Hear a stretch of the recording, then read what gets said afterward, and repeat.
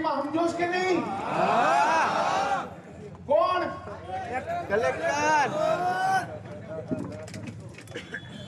આણે ગઈકાલે બધામાં મોકલ્યું ગાડીઓ કે દીધું ઝૂકી જાય. તારી 7 પેઢી આવે ને, 7 પેઢી આ નહીં ઝૂકે. હું મારું જીવન ન્યોછાવર કરતો જ્યાં સુધી તને ભ્રષ્ટાચારી સાબિત ન કરી દઉં ત્યાં સુધી મારા જીવનના અંતિમ સમય સુધી તારી સામે હું લડાઈ મારે.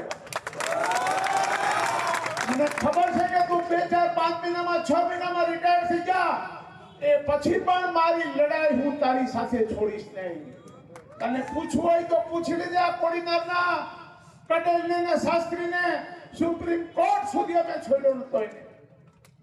અને તું તારે ભ્રષ્ટાચાર કરવા છે, તારે રૂપિયા ભેગા કરવા છે અને તું અમને દબાવ આવે છે એમ?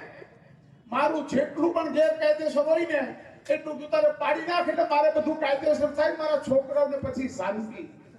પાડી નાખ, જેટલું હોય એટલું કાઢી નાખ. મારા બાપાએ મને ખૂબ આપ્યું છે. મારે તને કેવું છે? પણ હું તને કઈ પ્રશ્નો પૂછવા માંગુ છું આ જાહેર મંચમાંથી.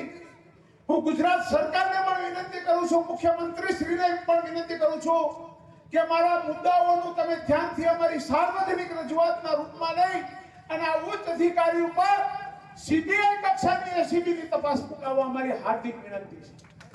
અમારા મુદ્દાઓ ખોટા હોય તો એમને જે પણ કાયદેથી થતું હોય ભલે મારી પર કરે, પણ અમારા મુદ્દાઓની તપાસ ગુજરાત સરકાર કરાવે. એને પૈસાની ભૂખ છે તો એ પૈસા પેલા પોતાના ભેગા.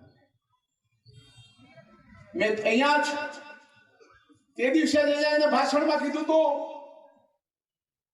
તો એને બિચારાને કઈ તીખું લાગ્યું હશે. તીખું ક્યાં લાગે તમને બધાને ખબર છે. એને શું કર્યું? મને ડરાવવાનો પ્રયત્ન કર્યો. મને અત્યારે મારે છે ને મારી જમીનો હોય, મારા ક્રશર હોય, મારી કોઈ પણ પ્રોપર્ટી હોય, મારા પેટ્રોલ પંપો હોય, એ બધું બિચારો ફૂટપટ્ટી લઈને મામલતદારોને બધાને મોકલે આપે છે. હું એમને કહેવા માંગુ છું કે આ કોડી નાથનો કારડિયા રાજપૂત છે. દોસ્ત કારડે રાજપૂત કોડી નાથ.